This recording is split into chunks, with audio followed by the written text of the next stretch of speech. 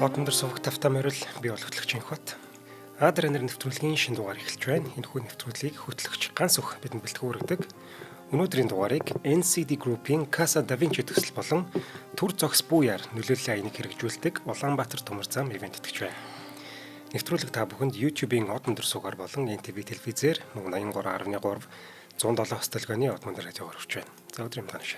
За өдрийн мэнд хүргье. За бид бүхэн Хатанбаатар магсарж авах хэмээх энэ зоригт жанжныхаа түүхийг нэг дугаар дээр үнэхээр багтаах гэдэг амжаагаа учраас хоёр дугаар болгоод хийж байна. За магадгүй энэ дугаарыг анхлан сонсож байгаа хүмүүс байх юм бол үйл явдлын үед хаа өрөөд зогссон бэ гэдгийг эргээд нэг сануулчих тий.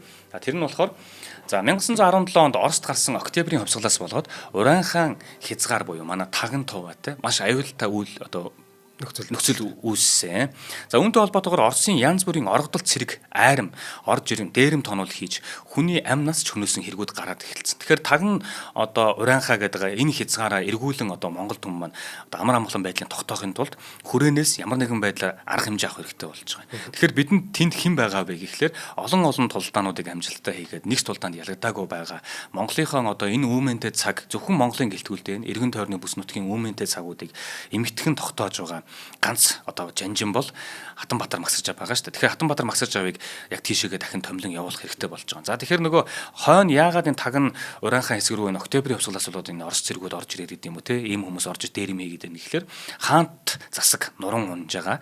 Тийм учраас нөгөө хаант засгийг буюу хуучин засгаа барьж байгаа цэрэг айрам тэгээ генералууд нь мэдээж хүчрхэг өөрснө гэсэн зэвсэг цэргүүдтэй байж байгаа. Түүнтэй улаан большевикууд байлдаж эхэлж байгаа гэх юм уу те улаантууд байлдаж эхэлж байгаа. Тийм учраас ингээд ерөөсөө үүмэнтэй тэгээд ингээд хилд авч орж ирээ зөрчил үүсгэж байгаа байхгүй. Тэгэхээр энэ Монгол улс чинь тусгаар тогтносон олон оргигдсон богдхаанд Монгол улс учраас өөрсдийн хил болон ард түмнийг хамгаалах хэрэгтэй болж байгаа. За тэгэн гол хүрээнд сууж байгаа нийслэлд сууж байгаа Хятадын элчин сайдтай хамтран тохиролцсны үндсэн дээр Хятадаас болон Монголоос аль алинаас нь цэрэг гаргаад тэгээ хамтдаган тэр асуудлыг цэцэлэхээр явуулахар болонгууд л Хятадын талаас Ян Шичао гэдэг нэртэй жанжнаар удирдуулсан дараагаар удирдуулсан 200 гаруй цэргийг ирүүлсэн байгаа. За түүнтэй хамтдаад манай магсарж авъя чинь өөрийнхөө хошин нутагт ноён суух гэсэн чинь тэр цогт очир гэдэг хүн маргалдаад өөрөө ноён суусан шүү дээ. Тэгэхээр тэр цогт очир гэдэг хүнийг нь тэгвэл чи яг энэ асуудлыг тэр Ян Шичао гэдэг хүнтэй хамтдаад Хятадын цэрэгтэй хамтраад таг нь урайхаг зэгслээд хаа гэдээ явуулдаг. 1918 оны 100 явсан байгаа. Тэгэхээр нийслэл хүрээнээс 2 дарга 200 гаруй цэрэгтэй их буу пулемет хид хидийг агссан юм хамт цэргүүд явсан таган туваа руу. Тэгсэн чинь тэнд очиод байж идэл 300-аад Орос цэрэг яг нөгөө манай Монголын тэр цэргүүдийг маань бүсэлж авч байгаа шүн нь ихэнхийг нь алаад зэвсгийг нь олслоод авчиж байгаа байхгүй. Тэгэхээр пулематийн бууны 8 цэргээс ганц эргэцэн гэдэг хүн л зутан гарч амтсан. 2 нь алагдсан, 5 нь бууз үсгийн хамт олслогдчихж байгаа юм бүр. Ингээд очисон цэргүүд маань ийм байдалтай болцсон. За энэ асуудлыг бүр зэгцлэх үүднээс магсарж авыг араас нь явуулж байгаа юм. Тэгэхээр магсарж авын нөхцөл байдал нь тэнд очисон хүмүүс маань олслогдсон. Тэгээ асуудлыг зэгцэлж чадаагүй байж байгаа байхгүй. Тэгин гол нөгөө хариуцж явсан тэр цогт очир гэдэг ноёныг тушаалаас нь огцруулаад Хатанбаатар магсарж авыг Уран хайд сууж хэрэг шийтгэгт сайдаар томилоод 250 монгол цэргийг авч нин даруй давшин очиж тохинулахыг тушаасан байна. За мэдээж нөгөө нэг цэрэг дайнд явхад тухайн үед бол тухайн цэргүүдийнхаа гэдэг юм уу те армийнхаа бас арыг даах туслах гэдэг юм уу те тэр хүнээр нь бол дэлэг утгач ямсан жавыг томилон явуулдаг. За энэ хүмүүс маань 1919 оны 4-р сарын 14-нд Уран хаан хязгаарт очиж байгаа юм. 1919 оны 4-р сарын 14 баг 17 оны тэр үйл явдлаас ч хойшоо жил гарan баг 2 жилтэйгээ золгоо те тэнд бол ерөнхийдөө байдал баг гартаа авцсан шахуу нөгөө нэг Орос цэргүүд чинь те гартаа авцсан шахуу ийм байдалтай байгаа юм. За юун түрүүнд очин гутлаа эргэн тойрондоо тагнуулыг гаргаж эхэлж байгаа. Манай энэ заншлаачд гэдэг энэ их Монгол улсын үе мөйдж байсан тэрнээс өмнө гэсэндээ байсан энэ тагнуулын сүлжээ тагнуулын үйл ажиллагаа гэдэг бол үнэхээр алдартай шүү дээ. Тэгэхээр яг түүний дагуу эргэн тойрондоо тагнуулыг гаргасан. Хатанбаатар магсарж ав дайсантай тулдахын өмнө тэдний байрлал хаана хүчин гол нь төвлөрж байгаа гэдгийг мэдхийн тулд янз бүрийн арга мэх сүлжлэн тагнуулж явуулж нарийн судалгаа хийдэг байсан байна. За дайсантай ойрцсон үед хідэн өртөө газар төрүүлэн толгоон анги явуулдаг араас нь хид хідэн бүлэг болгон тагнуул гаргадаг байсан байна. Толгоон анги мэдээлэл аргашаагаа дамжуулаад өртөөчлөн хүргэдэг. Өртөө тий. Тэгэхээр хүчээр тэнцүү буюу дайсан хүч дутуу байх юм бол хүчээр тэнцүү буюу хүч тогтвол байх юм бол шууд дайран орж цогтөг. Дайсны хүч одоо тэнцүү багт нь хүртэл цохно гэхэр чинь тийм өөртөө ихтгэлтэй тий. Дайсны хүч их бол дайсныг бүслэн сонгон авсан газартаа хамгийн шилдэг сайн бууж зэрэгэ байлуулж хэсэг хүчээр дайсныг шууд дайрч сандрахын үүмүүлээд жаахан ухарч отоонд байжгаад бууж зэргүүддээ ойртуулж авчирч хагаад эргэн тойронд нь бууж зэргүүд нь хоёр талаас нь хумж бүслэн цохих аргыг хэрэгэлдэг. Ийм одоо дайны стратегтэй гэх юм уу те ингэж байлддаг. За хот суурин газар байх юм бол нөгөө нэг тагнуулуудаа яаж явуулдаг вэ гэхээр бадарчин болгож. Бадарчингууд явах нь 8 ажид болгож явуулах нь. Тэднэр нь очиод тагнуулын үйл ажиллагаагаа гүйцэтгээр эргээд мэдээлэл өгнө гэсэн үг. Тэгэхээр тагнуурахад очисон дороо нөгөө хятад төшмөл ян шичаавтай холбоо тогтоосон. Нөгөө ян шичаавч очсон байгаа шүү дээ уулна. Тэгээ холбоо тогтоогоод харилцсан ажиллагаа зохион байгуулсанаас гадна Орос цэргийн комиссарт эхлээд бичиг явуулсан байгаа. Тэгж явуулахдаа олцолсон цэрэг зэвсгийг эргүүлэн өгч 3 улсын гэрээ бичгийг сахихыг сануулж эхлээд нэг Орос төр одоо удирдагчд нь явуулсан байна. Гэтэл Оросууд огтхонч тоод үзээгүй. Тэгэхээр Хатанбаатар цэргийн нэг хэсэг рүү гиндүүлэн дайраад устгаад олцны хүмүүсээр нь туг тагсан байна. За ингээд нөгөө нэг аимшигтай жанжин чи эсцэн байна гэдэг мэдээлэлээ баг ингээд цочроо өгчөж байгаа байхгүй. Тэгсэн чинь улаан Оросын айрам цагаан цэрэгтэй байлдахаар хил давж бас орж исэн тагнуур ахаар. Тэгэхээр тэнд чинь бүр ингээд хідэн өөр улсын хятадын цэргүүд байна, цагаантын цэргүүд байна, улаантын цэрэг байна, Монголын айрам байна ингээд маш олон цэргүүдийн яах хийхэн зургуул юм дайм болох нь тодорхой болоод ийм нөхцөл байдал үүссэн. За тэгсэн чинь улаан цэргийн дарга одоо Штинкин гэдэг Хатанбаатарт илч зарж ийн гинэ. Тэгснэ бид зөвхөн цагаан Оросуудтай байлднаа. Тэгэд гарч явнаа. Харин энгийн Орос тариачид уурхаан ажилчдыг нутагтаа байлгаж хамгаалж өгөхийг хүссэн байгаа. За энэ байдлыг харах юм бол яаж ийм гэхээр одоо улаан Орос цагаан цэргүүдэд дарахын тулд Монголын газар нутаг дээр байлдах гэдэг юм хэлээд байгаа байхгүй юу? Үүнийг магсарж ав зөвшөөрөөгүй. Та нар хэний дураар хүний газар нутаг дээр Монголын ард түмнийг те байхад дайн дулаан хийх гээд байгаа юм гээ те. Тэгэн гутлаа зөвшөөрөөгүй бүгд үг дуугүй Монголын нутгаас гарч явах ёстой гэж тушаасан байна. Гараа та нар асуудлаа Монголын газраас гарч явж иж наадгаа хэлэлцгээд таг нураахаар хийгээд байгаа шүү дээ. Хэсэг хугацаанд тагн туваа иргэдээс цэрэг татаж сургууль хийлгээд бэлтгэлээ хангаж эхэлсэн.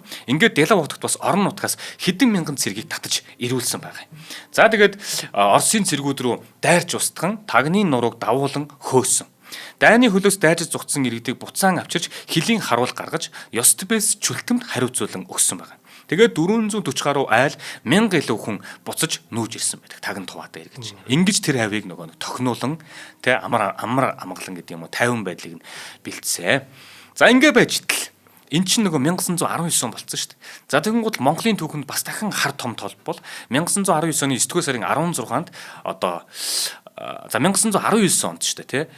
Одоо олон оргигдсон богдоханд Монгол улс маань автономид хэрэгтэй байсныг хятад чинь дотроо олон бас юм улс төрийн хүчин болон 2-3 хуваагдсан байгаа юм л да. Тэр дундаас Монголын чинь ерөөсө хятадын нэг хэсэг гэж үзээд наашаага Сүүшүү чанаар толгойлуулсан 7000 зэрэгтэй армийг хөдөлгөөд одоо Хатанбаатар Магсаж авыг тэр хязгаарыг тохинулж явахт нь хоосон байх хойгуур нь хүрээг өөрсдийн мэдлэлтэй аваад богдхааныг Дундад иргэн улсын туганд мөргүүлээд гэрийн хорионд хийдэг үйл явц болдгийн.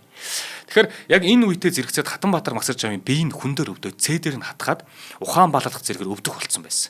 Тийм болохоор дотоод яамдаа бичиг илгээж чөлөө гуйж бие эмчлэхээр 1919 оны 9-р сарын 16-нд нутаг руугаа болно явсан юм байна. Тэгсэн чинь 1919 оны 11 сарын 17-нд нь хятадын цэрэг нийслэл хүрээг эзлэн аваад бүх яамдыг татан буулгаж засгийн эрхийг гарт авчиж байгаа. Ингээд Монгол улс тусгай тогтнолоо алдаад Дундад иргэн улсын харьяа муужуулаа зарлагдчихж байгаа байхгүй. Тэгээд бүр туг мөгийг мандуулж агаад манай богдхааны чин тугныхаа өмнө мөргүүлдэг штэ бүр. Энэ мэдээг сонссон Хатанбаатар шууд нөгөө бие нүвдсэн байгаа ч гэсэндээ нийслэл хөрөөлөө хөдөлсөн. За хүрээ рүү орох гээд ингэж явахт нөгөө хятад цэрэг зогсоод ингэж хүрээ рүү ер нь орж байгаа болон гарж байгаа иргэдийг бүр хятад цэргүүд зогсоогоод бичиг баримт энэ төр юм бүр шалгадаг болцсон бүр тийм болцсон байгаа байхгүй. Тэгэн гутал манай хүн ямар нэгэн аргаар хүрээ рүү орж ирсэн байдаг. Орж ирсэн даруйда ерөнхий сайд Бадам Торчтой уулзаад богдын байдал ямар байгааг хамгийн түрүүнд асуусан. Тэгсэн чинь Жалхан цудагт Дэлав хотогт гүн Гомбид чин зэрэг ноёд бас тэр үед байна л да. Тэгээд тэр хүмүүстэйгээ нууцаар уулдаад тэгээд цэрэг цуглуулах зэвсэг бэлдэх ажлыг нууцаар явуулж эхэлсэн байна. За мөн ноёдын намыг байгуулж хятадын цэргийг устгах арга замыг хайж эхэлсэн.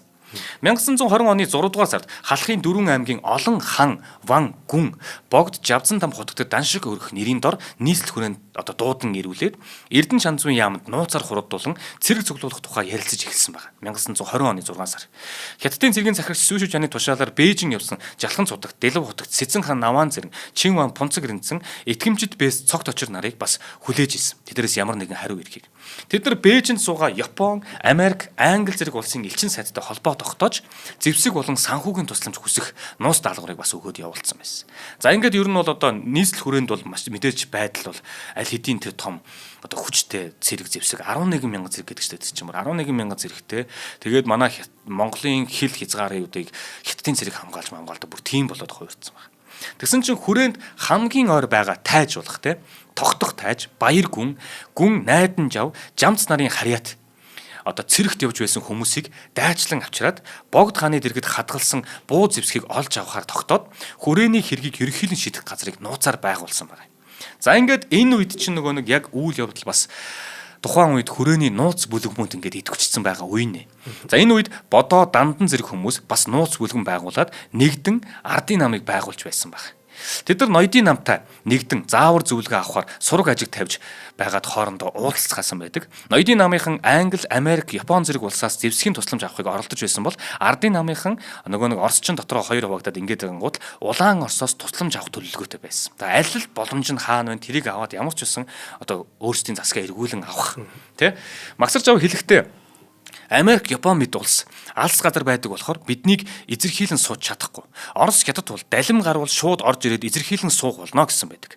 Америк, Японоос тусламж гуйх нь бүтэмжгүй болж ирэхэд бодоо догсом нар Хатанбаатар Магсарч ав даалан Пунцэг дорж нарыг ятхан тэднэр тусламжийн бичигдэр богд хааны тамгыг даруулсан байдаг. Одоо юу гэдгийг боломж байхгүй тэр зүгээс боломж байхгүй учраас одоо бидэнд байгаа боломж нь лийнэ гэд тэгээд богд хаанаар тамгын даруулаад ноёдын намынхныг одоо энэ ажилдаа хамтдагсан байна. Сүхбаатар бодоо нарын ардын намын жинхэнэ гишүүдээс гадна итгэж болох гишүүд гэсэнд Хатанбаатар Магсарч авыг хамгийн түрүүнд нэрлэж байлаа. Ардын нам тэр үед 20 гаруй хүнтэй байсан. За Оросын тусламж гуйх богдын бичиг тэ Оросоос тусламж гуйх богдын бичгийг аваад Орос руу явсныг мэдсэн Хятадууд за чангарч Монголын томоохон лам ноёд бүгдийг нь барьж шоронд хийж ирүүдэн байцаах болсон. Жалхан цудагт дээрээс нь Дэлв хотогт дээрээс нь Дүүнхрийн даалам Гомби чин гүн за Жамин гүн Эрдэнэ жоноо маань Ширнэн дамтан нэр бүгд баригдсан. Ширнэн дамтан нар те 1920 оны 7 дугаар сарын 29-ний өдөр одоо бас баригдсан ноёдуудаас маань тэр дундаас 1920 оны 7 дугаар сарын 29-ний өдөр тэр өдрийн шөнө нь Манлавбаатар Ван болох Дамдын сүрэн маань за маргааш өглөө нь Хатанбаатар Магсарч ав нарыг авч хорьсон байна. Барьж авч хорьсон. За ингээд ерөнхийдөө нөгөө Хятадын тэр хүччин одоо Монголд байгаа бослогыг удирдах болох үз юу гэдгийг голлох хүмүүсийг бүгднийг бариад хорчиж байгаа. Бослогыг удирдах гол хоёр хүнийг Хятадууд баривчилсан нь ноёдын намынхныг сандаргаж цэрэг хөдөлгөөн бослог гаргахаа түр хойшлуулж Орос руу явсан хүмүүсийг хүлээхээс аргагүй байдал хүргэж байгаа. Яагаад гэвэл Манлавбаатар Дамдын сүрэнд энд байна, Жалхан цудагт байна, Дэлв хотогт байна, Хатанбаатар Магсарч ав баригдсан. Тэгэхээр одоо энэ хөдөлгөөнийг удирдах толгойлох хүмүүс нь баригдаж байгаа учраас байдлыг хүлээхээс аргагүй байдалд очиж байгаа юм. Хатанбаатар Магсарч авыг нуугдаж байгаа газрыг Хятадуудтай хамтран ажилладаг Пунцэг Цэрэн Жалбуу гэдэг хүн зааж өгөөд түүнийг нуугдаж ахт нь бас бариулсан байдгийн байна. За ингээд байж идэл 1920 оны сүүлдээ золгоод энэ үеэр барон Өнгөрн гэж хүн 300 Орос цэргийг дагуулan Монгол цөмрөн орж ирсэн байна. За бас л нөгөө нэг улаантан дагаа байлдаад ингэж мингээд явж байгаа тий. Тэрээр зам зуураас халах бурайд ирчүүдийг цэрэг татсаар Брэвэн хийдийн орчим гэдэг манай Хинтийн аймгийн Балдан Брэвэн хийдийг хэлээд байгаа шүү. Тэгэхээр Хинтийн аймгаар ингэж орж ирсэн байх гэдэг. Одоо бурайд хаваас гэдэг юм уу тий ингэж орж ирсэн байх гэдэг. Тэгэн гутлаа Балдан Брэвэн хийд орчмоос одоо орж ирэхэд Түшээдхан аймгийн тайж Лувсан цэвэн тэргүүн уулзаад хүч хавсран Хятад цэргийг хөөж устгахаар хилэлцэн тохирсон байна. Одоо хүрээнд байгаа Хятад цэргүүдийг гаргах гэдэг. Зарим мэдээгээр бол Лувсан цэвэн тэргүүн одоо баруун өнгөрнийг бүр хилийн цаанаас өөрөө ятгachиж авчихсан ч гэж хэлдэг. Одоо Монголд юу гэдгийг туслах боломжтой цэргийн одоо юу гэдэг бүрэлдэхүүн гэдэг юм уу те айрам хаана байна гэж хайж агаад магадгүй ингэсэн гэж хүмүүс үзээд байгаа байхгүй. За баруун өнгөрөн болон Лувсан цэвэн тэргүүн нийслэл хөрөөлөө 2 удаад арайд 1921 оны 2 дугаар сарын 3-нд Хятадуудыг хөөж нийслэл хүрээг чөлөөлж богдыг болон бусад ноёд тайжийг шоронгоос сулалсан байдаг. Харамсалтай нь яг энэ үед эрүү шүүлтийг даалгүй олон хүн нас барсан. Түүнийх нь нэг нь бидний мэдих Манлавбаатар Дамдын сүрэн. Босоогоороо нөхцсөн гэдэг чинь энэ хүн. Тэгэхээр тэр хүн тэр шоронд ямар одоо зүйлээс болж хоригдсон. Тэгээ магадгүй тэр үед босоогоороо нөхчнө гэдэг чинь тэр том агуу. Жанжины хувьд бол тий. одоо бид бүхэнд одоо хүртэл яригцаар байдаг энэ агуу жанж маань шүү дээ.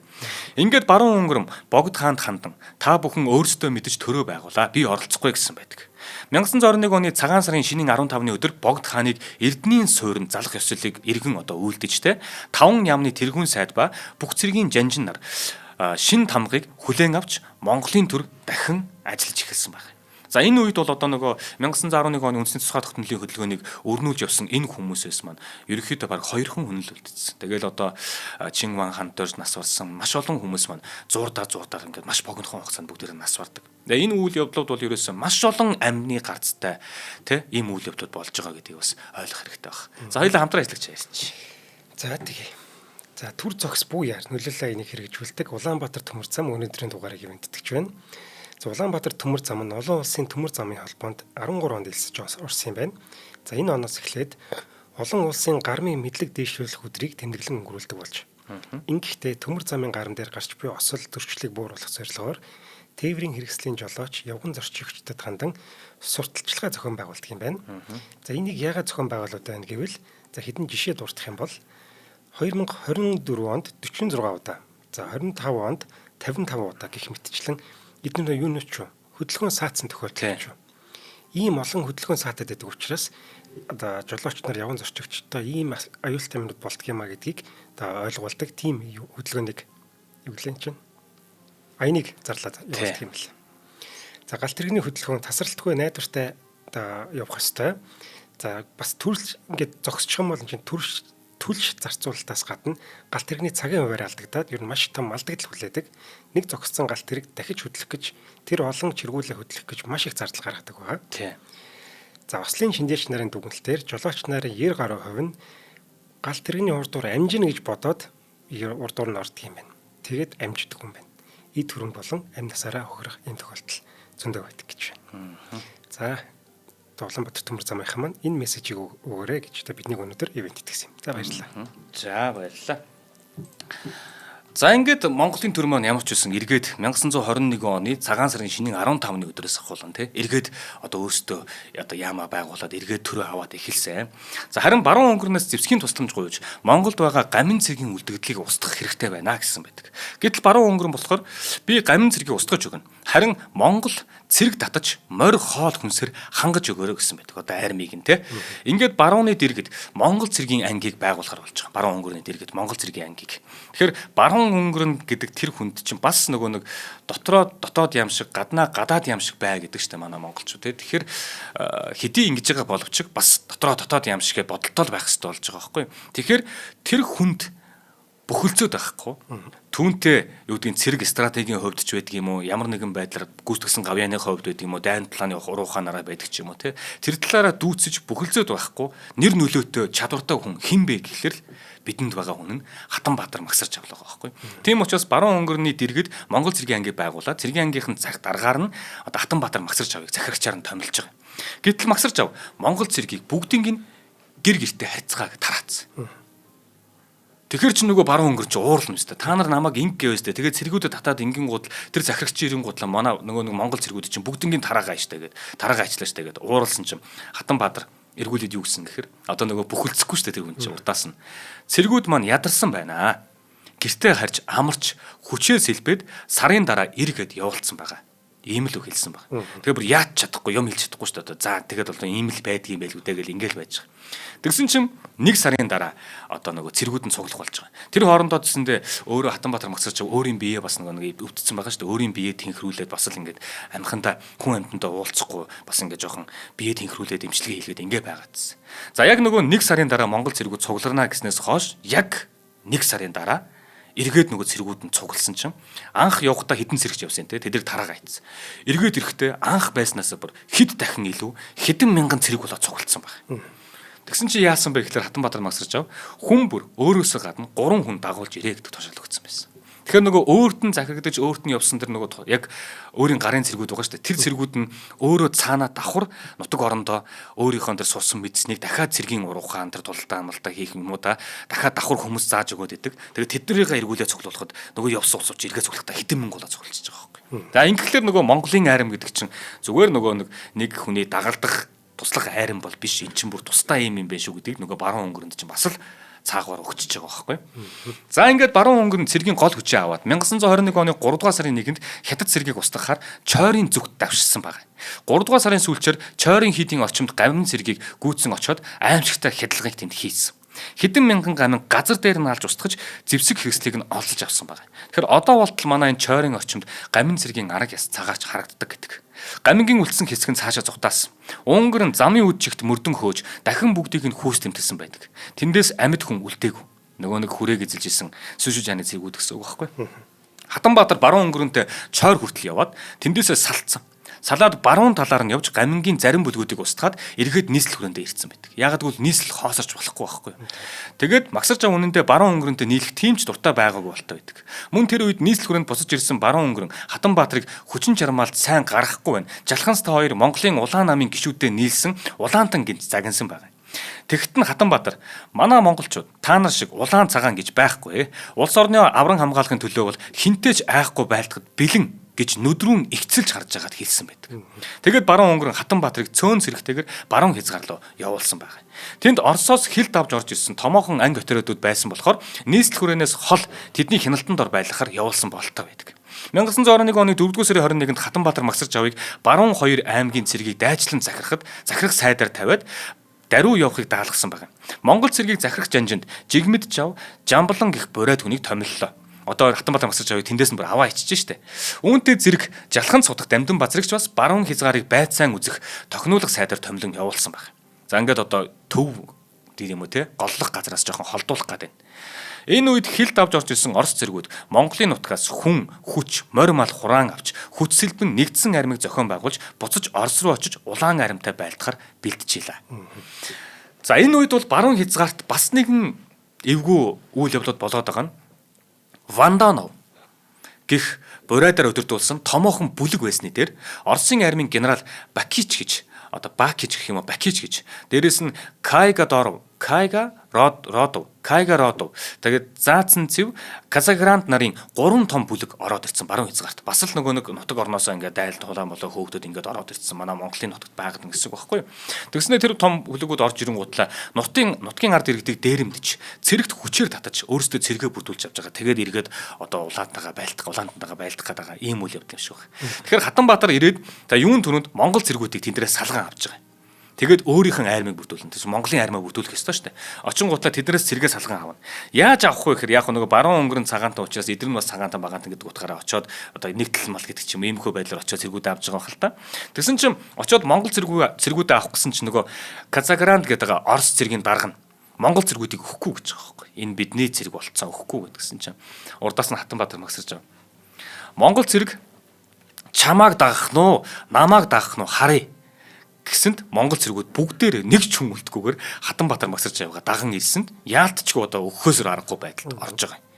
Улаастад Ванданов болон Заацамтан нарын отрядууд нэг дор байсныг нь одоо арга хэрэглэж хоёр тусад нь салгаж холдуулж байгаа. За манай хүний зорилго яагаад энийг салгаад байна гэхээр нэгдсэн байгаа тэр хүчийг салгаж тусад нь л одоо арга хэмжээ авах гэдэг юм шиг байна. Ванданов Улаастан Ёстбэс чүлтмийг тамлаж алч тэгээд өөрөө гэртэн тухалж ороод ойр аваасаа дээрэм хийгээд эхэлсэн. Тэгэхээр эн чинь Монголын маань газар нутаг дээр бүр дураараа ашиглаж яах гэсэн үг. Магсаржав ирснийхаа дараа бослог гаргасан байгаа. Тэр бослого нь болохоор юм одоо Монгол цэргийн хүрээнийхээ бослогыг гаргаж байгаа. Ингээд Вандановыг дарж авахар бэлтгэж эхэлсэн.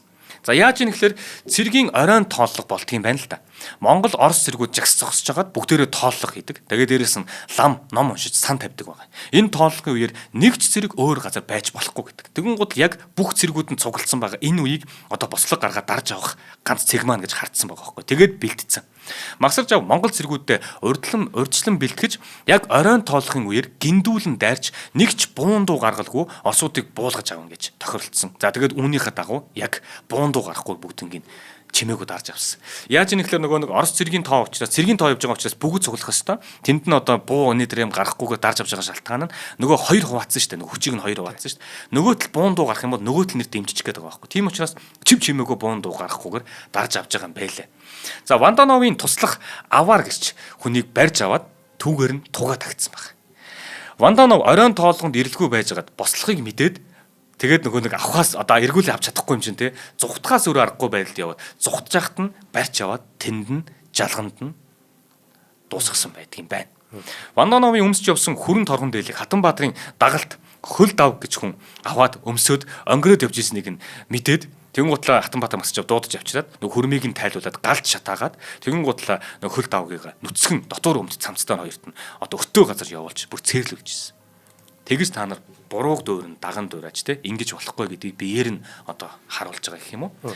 За тэгсэн чинь нөгөө нэгдлийн одоо Оросын тэрд байгаа тэргүүд чинь хоёр хуваацсан бодол нэгдэл дээр нь бослог гараад ингээд ийм юм болчлоо гэдгийг мэдсэн нөгөө Казанцев гэдэг тэр хүмүүс нь Казанцевын отряд нь дайран ирэхэд одоо Хатанбаатар магсарж авч угтаж байлдаад тэгээд устгацсан байдаг. Цааш нь бас давшиж нөгөө цаана байгаа Кайгородовын одоо отрядыг гиндүүлэн дайраад бас устгасан. За ингээд тэнд бол ингээд тулдаануудыг хийгээд тэр хавийг бүр тохинулж байгаа. Одоо энэ дунд үлдсэн ганц одоо цэргийн хүчин байгаад байгаа нь нөгөө генерал Бакич гэдэг байгаа. Тэгээ тэр хүнийх нь үлдсэн отряд байгаа байхгүй.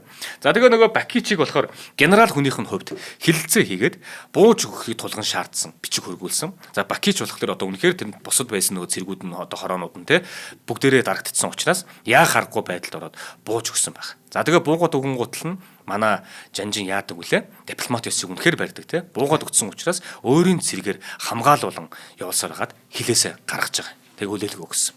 Зарим мэдээгээр яг улаан Оросуудад хүргэж өгсөн ч гэдэг. Ямартаач тэр нөгөө бууж өгсөн бол алж хидаагүй хүлээлт өгсөн. За ингэ байж тал мөн заяын хүрээ тэр Орос зэрэг одоо хэсэг Орос зэргүүд байсан юм байна л да. Тэд нар лөө бас дайрж устгаад тэдэнтэй нийлээд архитан согтуурч зугаацсан зай бандит гэгэнийг гаргаж ирж ташуурдан шийтгсэн байдаг. Яг нөгөө Тунгалаг Тамиргийн кино бид нар мэдэн дээ. Тунгалаг Тамир кинон дээр ихтгэлт баян тэгдэг штэ. Нэг хідэн шар өхрээ. Цагаанд нь дөх гэж тууж явж ийснэ тий.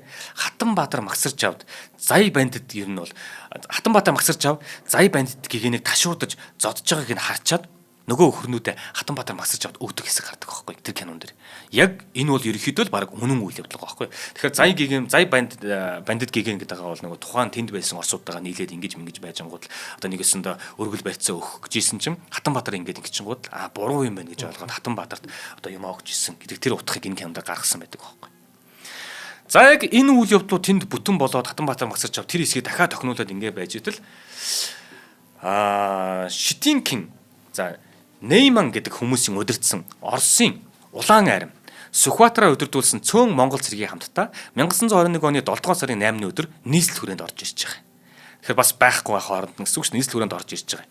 Нийслэл хүрээнд тэдэнтэй байлдах Монгол болон Хятад ямар нэгэн Орос цэрэг ямар нэгэн ангитай байсангүй. Ингээд шууд Монголын бүх яамдуудыг татан буулгаад өөрсдөө төрийн эрхийг авсан байдаг. Нийслэл хүрээнд байгуулсан ардын засгийн газар Хатанбаатар магсарч авыг одоо мэдээж ирэн тэр хүн ирэх юм бол яах вүлээ те. Тийм учраас одоо тал засч ин гэх юм уу баг зөв тэгж хэлэх нь зөв буруу мэдэхгүй. Гэхдээ цэргийн яамны дид сайдар томилсноо алтан бичиг болгоод тэгээд түүнэр хөргүүлж байгаа. Хөргүүлж мэдгдсэн байгаа. Жинхэнэ сайдар Сүхбаатар Жанжин болсон байдаг.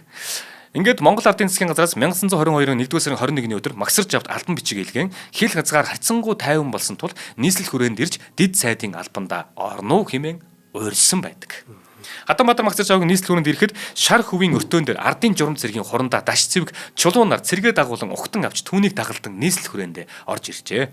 Хүрээнд орж ирэн одоогийн төмөр замын соёлын ордны орчимд хүрэлцэн ирсэн байдаг. Түүнийг Жанжин Сүхбаатар хорлоогийн чой болсноор морьтой ухтан авч баяр хүргэжээ.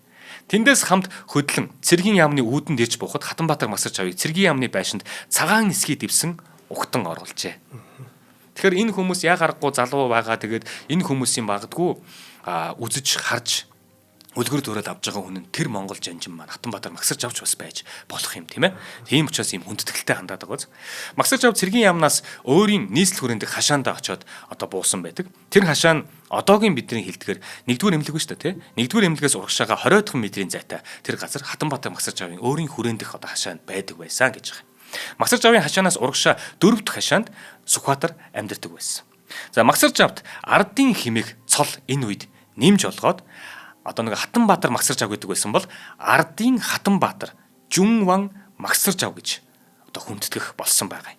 Мөн улаан цэргийн газраас улаан тугийн одон болон дагалдуулан дээрэс нь 1200 лан мөнгө шагнал болгон өгсөн байдаг. Тухайн үеийн ханшаар бол маш их мөнгө. Тэгсэн чинь Хатанбаатар магсарч ав тэр шагналынхаа мөнгийг нь одоо өөрийн нутаг орондоо байгаа. Бишээ. Тэр мөнгийг орон нутагтаа байгаа өөрийн 800 цэрэгтэй хуваан явуулсан байдаг юм. Тэр шагналын мөнгийг бүгднгийн цэргүүдтэй хуваан явуулсан. Тэгэхээр тэр чинь миний гавьяа биш гэдгийг мэдээд шүү дээ. Бүх цэргүүдтэй хуваан явуулсан байна. Тэд нар бол яа харахгүй Хатанбаатарын шилмэл 800 цэрэг байсан. Үнэхээр дайнд мэрэгсэн тусгай дайчд байлаа гэж хэлж болно. Маш мэрэгэн бууддаг, цавчдаг, дайн талааны арга тагтгийг гарамгаа мэддэг, тагнан турших онцгой чадвартай бэлтгэгдсэн баг дарга нар гэж байгаа. Тэднийг нэг хүн 10 цэрэг дагуулж ирээ гэхэд одоо Хатанбаатар тэгэд тушаах юм бол тэр дорхноо бэлэн дасгал сургуультай 10,000 цэргийг цуглуулan ирэх тийм хэмжээний бэлтгэгдсэн 800 эр цэргүүд байсан гэдэг. Тийм учраас улаан армийнхан Хатанбаатараас юу гэдгийг те хамаагүй энэ хүнтэй бас ийм байдлаар хандаж болохгүй шүү гэдгийг мэдэж нэлээд сүрдэж болгоомжтой хандж исэн байдаг. За хоёулаа хамтран ажиллагчид танилцуулаад үргэлжлүүлье. За өнөөдрийн дугаарыг маань NCD Group-ийн Casa Da Vinci төслөв итгэж байгаа. Яарамгийн нүхтийн зам дагуу Арцтын аманд 23 га талбай дээр байрлаж байгаа энэ хотхон нь ер нь бол таун хаус болон кондо вилла сууцнууд дээр одоо бүрдсэн байна. За энийг дахиад явчих. За өнөөдрийн дугаарыг NCD Group-ийн Casa Da Vinci төслийн ивент итгэж байгаа. За энэ төсөл нь нүхтийн зам дагуу Арцтын аманд 23 га газарт баригдаж байгаа. За найз нөхөд хайртай дотны хүмүүстэйгээ тухлан суух хөтөлбөр газартай террас бүхий таун хаус болон нам давхар цөөн айлын кондо вилла сууцнуудыг санал болгож байгаа. За кондо вилла нь болохоор нэг давхартай ердөө 2хан айлтай, нэг барилгад 4-9 айлтай гэдэг нэгтэршил маш бага. За зочны өрөө бүр нь урагшаа харсан гэдгээр онцлог юм гоё төсөл байгаа юм байна. За таун хаус, кондо, вилла нь нүүж ороход бэлэн болсон 112-аас 260 м2-ийн сонголттой. За 26 оны 3 дугаар үйлрэлд ашиглалтанд орох ээлжүүдтэй захиалга аваад эхэлсэн байгаа байна. За одоо захиалга өгчөд доторх заслын бас өөрсдөө захиалж болно шүү дээ. Тэгвэл их гоё юм байл шүү дээ. За энэ Casa Da Vinci-г сонирхож байвал 75-7 50-50 дугаараа утсаар холбогдоод загварын байруудаар нь очиж үзэх боломжтой. За бид хоёрын ард нэг QR код гарч байгаа. Тэндээс одоо дэлгэрэнгүй мэдээллийг аваарай. За дугаарыг дахиж хэлэхэд 75-7 50-50 юм байна. За баярлалаа. За баярлалаа. За одоо нөгөө кондо болон вилла сууц гэдэг ихлээр манайханд их сонин содон сонсч магадгүй те. Ягаад гэхээр нөгөө за таун хаус болон одоо юу гэдгийг тэр хаусуудын талаар манайхан ч бас орон сууц апарт байж байгаад хотхон ба гэдгийг ч юм уу ингэж байж байгаад одоо хүмүүс тийм их амьдралын хэм маягдуу дахиад чиглээд байна шүү дээ тий. Одоо өөрийн гэсэн эдлэн газартай гэдэг юм уу террастай, өөрийн гаражтай, одоо ядаж ногоон байгууламжтай ийм өөрийн хувийн ийм сууц маягийн юмуд хүсээд байна. Тэгэхээр бид нар энийг яг хөө сүүлийн үед бас нөгөө хүмүүс гадагшаа аялал жуулчлал хийх байгаа учраас те нөгөө Вьетнам гэдэг ч юм уу одоо энэ зүүн өмнөд Азийн орнууд манууд ч аялал жуулчлал нь голцоо нөгөө хүнийг ингэж яг гэр бүлээрээ ингэж байдаг гэдэг те дорны соёл ширэн тэр шүү дээ гэр бүлсэг гэр бүлтэй ээж аав үр хүүхдтэйгээ хамтдаа байх гэдэг. Дорныхан бол хизээж хүүхдээ одоо бүр жоохон байхаас нахуулаад тусдаа өрөөнд унтуулад нэг камер тавиад хараад байж идэг ч гэдэг юм уу те нэг юм ярьдаг юм тавьчаад ингэж тавьж идэг хүмүүс биш байхгүй юу. Энэ бол Европын соёл. Дорныхан ч юм болохоор илүү ингэж хайр дулаан гэр бүл гэдэг учраас тэр нөгөө нэг юм вилла гэдэг юм нэг аялал жуулчлалыг оруулж ирсэн байгаа байхгүй. Тэгэхээр нөгөө вилла гэдэг чинь нэг юм 2-3 давхар өөрийн хувийн одоо сууц тэгэл одоо усан бассейн гэдэг ч юм уу иймэрхүү юмнуудтай юм байдаг шүү дээ. Тэгэхээр одоо манай NCD Group-ийн те энэ газар маань болох NCD-гийн Casa Da Vinci төсөл маань болохоор яг тэр гэр бүлсэг халуун дулаан тим амьдралын хэм маягийг одоо энэ кондо болон вилла суулсан дээрээ одоо шигтгэж өгч байгаа байхгүй. Тэгэхээр тим зүйл сонирхож байгаа хүмүүс маань илүү бас гоё. За үргэлжлэе. За баярлалаа. За ингээд Хатанбаатараас бол нэлээд одоо улаан армийнхан бол болгоомжтой хандж байгаа тий. Болгоомжтой хандж байгаа. 1923 онд улаан армийн цэргийг цөөн тоог нь цөөлөх, дээрэм тонол хүчирхийлэл хийж байгаа цэргүүдийг хатуу шийтгэх. Одоо тэр чинь улаан армийн цэргийн нэтэрэ байгаад эхлэхээр бас ингээд нутаг оронд маань жоохон дээрлэхүү хандах тий, дээрэм хийх, хоолундыг нь булаах нэтэрэ айлгах, хичээх бас зарим их сонин үйл явдлуудын талаар манайхан одоо ингээд нутгийн яриа мараа болоод үлдсэн байдаг ш тэгжсэн ингэжсэн гэдэг. Тэгсэн чинь тийм одоо шаардлага одоо хөргүүлсний улмаас те Сүхбаатарыг цэргийн яамны сайдаас нь халтсан баг. Сүхбаатарын цэргийн яамны сайд байхад нь тиймэрхүү асуудууд гараад ирсэн. Тэгээ ард түмэн ийм гомдол гаргаад чим ингэдсэн. Түүний дараа хин тэгвэл энэ цэргийн яамны сайдаас суух вэ гэхээр Магсар Жавыг цэргийн яамны сайд болохоор томилсон байгаа. За ингээд Магсар Жав цэргийн яамны сайд болсон. Мөн энэ үед Жалхан цутгах Дамдын Базар ерөнхий сайд болсон байсан үе. 1911 оны тусгай тогтнолын хөдөлгөөнөөс хойш өдий хүртэл амьд сэрүүн байсан Монгол төрийн төлөө зүтгэсэн хоёр хүн бол энэ хоёр хүн. Жалхан цутгах Дамдын Базар, Манлавбаатар Магсар Жав тий Хатанбаатар Магсар Жав энэ хоёр хүн юм байгаа. 1924 онд Таган туваад Улаан Орсын цэрэг сургагчид ард иргэдийг харгислаж дээрлэх болсонд туваачууд бослого үмэн гаргаж Монголын засгийн газраас тусламж хүссэн байгаа. Тэгээд Хатанбаатар Магсаржав дахиад л тийшээ туваараа явах хэрэгтэй болсон. Ингээд очиод Оросуудыг хөөн гаргаж нутгийн удирдлагаар Монгол хүнийг томилж засгийн газрыг нь байгуулж өгөөд тэгээд эргээд ирсэн байдаг. Одоо энэ хүн чинь бүр 1870-аад оны хүн шүү дээ. 1924 онд чинь бараг хэд хүрч вэ те?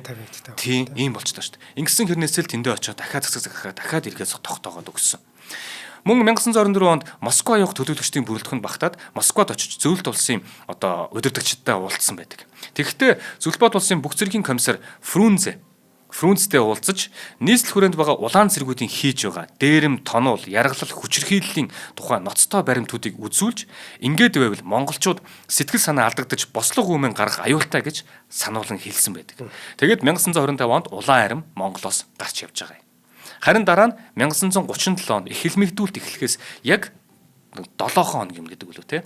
Иргэн одоо Монгол улсад одоо улаан арим иргэн илсэн байдаг.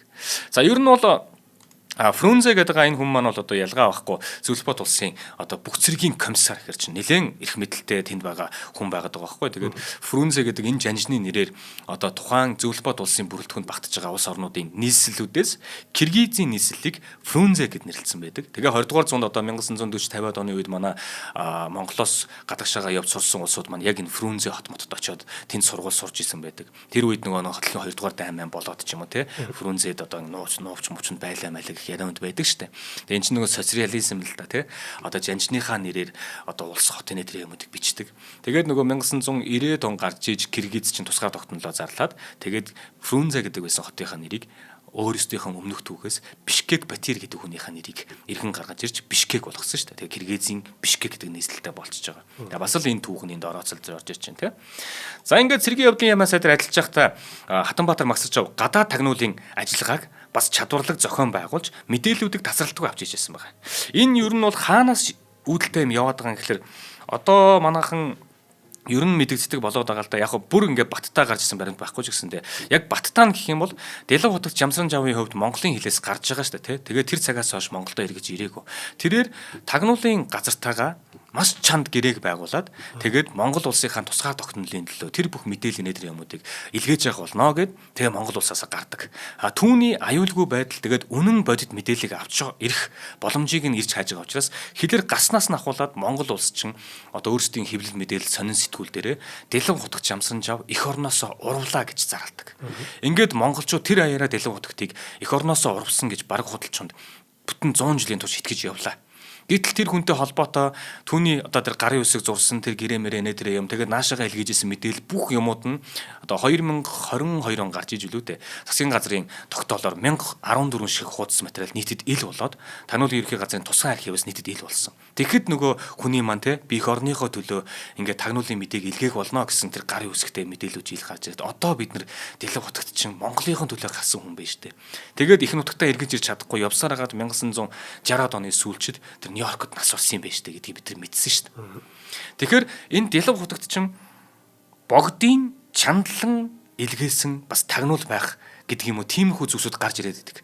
Тэгэхээр Дэлэг одоо энэ Хатанбаатар Магсаржавын хувьд яг энэ тагнуулын үйл ажиллагаа гэдэг юм уу те хинээс залгамжилсан юм бэ гэхээр яг тэр богдын тагнуулын тэр албыг залгамжилж авсан хүн нь одоо Хатанбаатар Магсаржав бай таарах гэдэг байгаа байхгүй. Тэгээд тэрээр цэргийн яамны сайд болоод яг тэр тагнуулынхаа үйл ажиллагааг улам идэвхжүүлж явуулдаг юм байна. За тэгээд тэр явуулсан үйл ажиллагаа нь явсаар хагаад магадгүй Дэлэг хотыг гарын өсөж зургаад тэгээд их нутгаасаа гарч байгаа тэр үйл явц чинь баг Хатанбаатар Магсаржав эдтэй холбоотой байж болох юм билээ. Тэгэхээр Дэлэг хотын хувьд айл 1900-аад оны ихэнх үеэс л одоо энэ тагнуулын үйл ажиллагааг гүйцэтгэж исэн ийм хүн байдаг шүү дээ.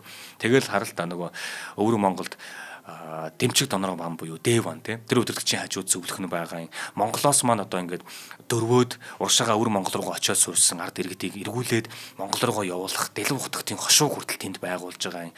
Тэгээд Далай ламын багш гэдэг үлөө Далай ламын ахын багш гэдэг үлөө Дэлэг хотод чинь одоо энэ 14 дэх Далай ламын гэсэн үг шүү дээ. Багш нь дээрээс нь Чанкашигийн дэргэдэх зөвлөх тэр үед чинь Оон Латимор гэж ирэх юм чинь бас Чанкашигийн дэрэгдэх зөвлөх нь багхгүй одоо барууны чиглэлийг хардаг зөвлөх нь.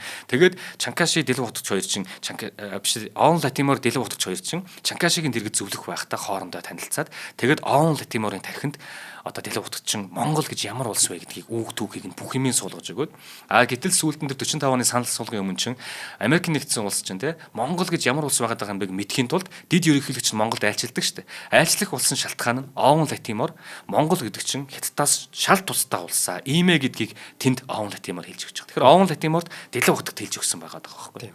Энэ том юм учир холбогдолтой үйл явдлууд юм. Тэгэхээр энэ тагнуулын үйл ажиллагааг чадварлаг зохион байгуулж мэдээллүүдийг тасралтгүй эх орондоо авч ирсэн. Хатанбаатар Масаржав. Тэгэхээр богдын тагнуулын албыг залгамжлан авч ардын засгийн тагнуулын албыг бий болгож өгч байгаа юм. Түүний нэг нь гэх юм бол одоо хуучны хамтрагч Гомбичин гүн гэдэг. 1925 онд Төвд улсад суух элчин сайдаар томилогдсон. Тэгэхээр төвдөд байх төвдийн тэр цаг үеийн 1925 оны тэр цаг үеийн цэргийн байдал, Англи Хятадын байдал, хандлага зэргийг цэргийн яамны одоо гадаад тагнуулын хилцс Хатанбаатарт нууцаар мэдээлж эхэлж байгаа. Гомбичин гүн. Энэ хүмүүс бол Монголоос урахгүй хүмүүс байхгүй юу? Одоо эртний танилна гэж байгаа шүү дээ. Хуучны хамтрагч. За Элбэгдорж Ренчино гэж Оросын томилсон Коминтерны дарга төв газар засгийн газартаа одоо тайлан илгээж ийн л да. Тэгээ тэр хүн юу гэж илгээж ийн гэхээр ирээдүйд монголчууд тусгай тогтнолоо дөрөвдөгч орноор хамгаалуулахыг хүсэж тэр нь Америк гэж бодож байна. Учир нь энэ улс Монголоос хол орших учир үндэсний эрхчлөөнд занал хийлж чадахгүй. Тэгээд Монголын дээд өдөрчдийн дундаас Жалхан цутагт одоо магсарж авнаар одоо юу гэдгийг те эрхчлөөнд энэ занал хийлж чадахгүй гэдгийг энэ хүмүүс ингэж үзэж байна. Тэднийг сайтар тагнаж байх хэрэгтэй гэж Элбэгдорж Ренчино те одоо зөвлөлбот улсынхаа одоо цацгалууга те мэдээ илгээж исэн байгаа юм. За ингэж ер нь явсараад 1927 онтой золгож л дээ. За энэ 27 оны дундуур одоо Хатанбаатар Масаржав маань би энэ урд нь ингээд маш хэд хэдэн удаагаар ингэж гарч ирээд л байлаа. Ингэж явсараад 1927 оны дундуур цус харваж дөрвөн мөчн мэдрэлгүй болсон баг. Тэгээд нутагтаа очиж эмчилсэн боловч сайжраагүй. Ингээд 1927 оны 9-р сарын 3-нд Сайн Оюнхан аймгийн Чинван, Ардын Хатанбаатар, Дархан засаг, Төрийн Жүмман, Магсаржав таалал төгссөн байдаг. 1927 оны 9-р сарын 3-ны өдөр.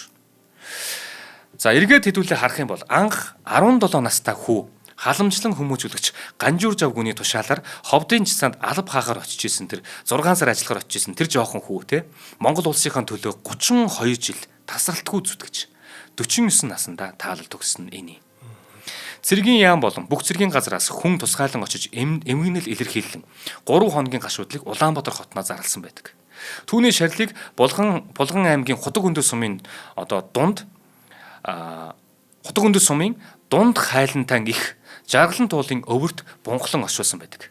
Харамсалтай нь Хатанбаатарыг нас басны дараа коммунистууд феодлын хөрөнгө хураах ажиллагаа явуулахдаа Хатанбаатар Масаржавын эхнэр хүүхэд дүү нарын хөрөнгийг бүгднийг хураан авч гутаанд доромжилсан. Түүнийг бариулсан сүмийг нурааж одоо эргээд нэг хошуугаа ингэхдээ хошуундаа нэг сүм хийд байж өгсөн шүү дээ. Тэгсэн чинь түүний бариулсан сүмийг нь нураагаад өвөг дээдсээс хадгалж ирсэн байлдах арга ухааны олон ном судрыг нь шатааж устгасан. Магсаржав бол Алтан ургийн тайж язгууртай харгас бурангуй феодал ангийн төлөөлөгч учир ардын засгийн дайсан гэж үзэн химэн одоо тэр үйлдэлүүдэд зөвтгсөн байдаг. Харин Маршал Хорлоогийн чай болсон энэ үйл явдлыг даруй зогсоосон. Хөрөнгийг буцаан олгож хашаа байшин хүртэл өгүүлж исэн байдаг. Бодвол нэг амьдарж байгаа газар оронгийн хүртэл юу гэдэг гэр оронгийн хүртэл хураагаад авцсан байсан л гэсэн үг байхгүй. Тэгэхэд нь Хатанбаатар Масаржав энэ Маршал Хорлоогийн чай болсон энэ явдлыг нь таслан зогсоогоод хөрөнгийн буцаан олгосон. 1932 онд хөрөнгөийг буцаан олгоход ердөө 30-аад хонь яма 5 үнэ 3 морил эргүүлж өгсөн байна. Энэ домогт жанжны маань одоо юу гэдгийг улс орондоо эх орныхоо тусгай тохиомдлын төлөө тэгж их цус уусган байлдаж явсан энэ зүйлийн хариуд ердөө л энэ. Энэ чинь нөгөө нэг балиар комментэрний чинь одоо юу гэдгийг үйлдэл шүү дээ, үзэл сутлан шүү дээ. За ингээд Маршал Хорлоогийн чай болсон Хатанбаатар Масаржавын нэр төрийг сэргээж өөрөө түүний тухай дурсамж номыг хүртэл бичиж хэвлүүлсэн. Энэ хүний баатар гавьяг бид нар мэдчих ёстой гэж үр хожид үлдээхийн тулд хожим 1970 онд Монгол Ардын Хувьсгалт намын төв хорооны тогтоолоор Булган аймгийн төвд бунхан байгуулж одоо Хатанбаатар Масаржавын шарилыг шилжүүлэн хүндэтгэлтэйгээр түнд одоо байрлуулсан байдаг. Мөн Ховд хот дахь зэвсэгт хүчний дугаар анги Булган аймгийн Хотог өндөр сумын ерөнхий боловсролын дунд сургуулийг Ардын Хатанбаатар Масаржавын нэрмжит болгон зарласан байгаа юм. Тэгэхээр дайсныхаа зүрхээр дайныхаа хар сүлтийг тахидаг. Нэгч дайнд ялагдаж үзээгүй Монголын маань сүүлчийн агуу жанжны түүх одоо ийм байлаа. Тэгэхээр бахарахгүй байх аргагүй юм аа. Тий. Ер нь бол уйлчих гал шүү. Ийм хүмүүс байсан учраас л ойланд байж байгаа шүү. Тий, үнэхээр бүр гайхалтай л да. Тэгээд энэ хооронд чинь юу гэдгийг за яг бид нар нөгөө нэг эх оронч хүн гэдэг юм уу, эх оронч үзэл гэдэг ч юм уу те. Тэр зүйлүүдийг зүгээр нөгөө шүлэг дуу, бахархал энэ болгоноороо илэрхийлж болохгүй л те. Эх оронч хүн гэдэг нь өөрийнхөө ам амьдралаас илүүд эх орноо үзэж байгаа. Тэгээд өөрийнхөө ирээдүй юу гэдгийг бүх зүйлсээ гэр бүл инээдрээ бүх зүйлсээ золиослоод эх орныхоо төлөө явдаг тийм хүмүүсийг хэлээд байгаа байхгүй. Тэгэхээр одоо цагт жишээлбэл эх оронч хэний юм бэ гэхлээр би бол шууд хэлэхэд энэ талбай дээр ямар нэгэн байдлаар зохион байгуулалтаар хин нэгний одоо явуулах гэж байгаа улс төрийн зөлөөнд гараад очоод юу гэдгийг орлоо чарлаад идэг тэгснээ та нар ирээд эх орныхоо төлөө зогссонгүй гэж бусдыг хараагацдаг тэр хүмүүсийг эх оронч гихгүй. Энийг одоо хүмүүс бүгд мэдж байгаа шүү. Эх оронч хүн гэдэг нь одоо цагт хин бэ гэхээр шүү дээ. Би сүүлд бүр үнэхээр бүр ингээд уйлж гадсан. Эхнэр нь төрөх гэж заяа. Одоо шүү дээ. Одоо цагт ийм хүн байна. Эхнэр нь төрөхөд тогоон чинээ болцсон. Өнөө маргаашгүй болцсон байхад говийн дархан цаазд одоо говийн их дархан цаазд газрын маань Б хэсэгт төлөө дээ. Тэр хил орчин байгаа тэнд байгаа тахнар маань өмнөх жил нь маш хүнд өвөл болцсон. Тэгэд тэд нар маань идэх тижэл өвсгөө болцсон. Тэгэхэд тэр хүн эхнэр нь төрөх жахад эндээс хүнээс мөнгө төргнээ тэр юм гой сараагаад өвс аваад тэгээд ачаад тийшээ тавьчих واخ. Эхнэр нь төрөх гээд шүү дээ. Гэтэл гэр бүлэнсэндээ тэрийг ойлгоод байгаа واخ. Энэ бас их оронч хүний маань нэг илрэл нь те. Тэгэхээр бидэнд ийм агуу хүмүүс байдаг. Эднэрийг бид нар мэдчихэж магадгүй тэр хагас 100 жил бараг 100 жилийн турш угаалгдсан тэр зүйлсээсээ бидний бүр мартуулсан ч байж болно. Тэрнийгээ эргүүлээд өөрсдөө олж авах гэдэг. Хүн болгонд өөр тусаасаа өөр газраас бас олж аваасаа л гэж найдаж байна те. Одоо бас урагчд их байна л та. Бүр ийлж штэ те тэр бол Ийм хүмүүс байдгийг тэр хүмүүс ийм хүмүүс байсныг мэдхгүй дээ ингээд ингэж байгаа бол үзээд хаанаас урах гээд байгаа вэ? Энэ их орныгоо бид нар ямар үн цэнээр олж авсан бэ гэдгээ бас нэг ойлгох хэрэгтэй. Бид нар өөрсдөө алдсан байсан шүү яхаа. Монгол хүн гэдгээ алдсан. Тийм их хугацааг бид нар үтсэн л дээ. За баярлалаа нүш. За баярлалаа. За өнөөдрийн дугаарыг маань Casa Da Vinci болон Улаанбаатар төмөр зам ивент итгэлээ. Нэвтрүүлэг та бүхэнд YouTube-ийн Хот мөндөр суугаар болон NTV телевизээр 83.3 107 хостолгоны Хот мөндөр радиогоор хүрсэн. За дараагийн дугаараар уулзъя. За баярлалаа.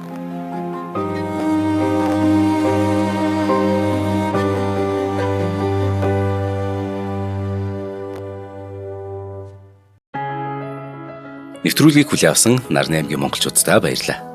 Од мөндөр сувг нь энэ мэдчлэн таны мэдхүйн мянган нэвтрүүлгийг 2026 оны 7 сарын 1 хүртэл та бүхэндээ хүргэх юм. Их хэлээрээ шинжлэх ухаан танин мэдхүйг түгээхийн үлсэд нэгтгэх хүсвэл та бидэнд хандив өгөх боломжтой.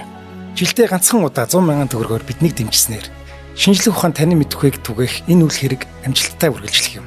Од мөндөр нэр дээрх Худалдаа өвчлийн банкны дансага 4191 тэгдүрв 518. Та 100,000 төгрөгөөр шилжүүлэхдээ гүйлгээний утга дээр нь өөрийн нэр болон утасны дугаараа заавал бичээрэй. 100,000 төгрөг хандалснаар Од мөндөр сувгийн алтан гишүүн болох юм а. Шинжлэх ухаан танин мэдхгүй Монголд ялах болтугай.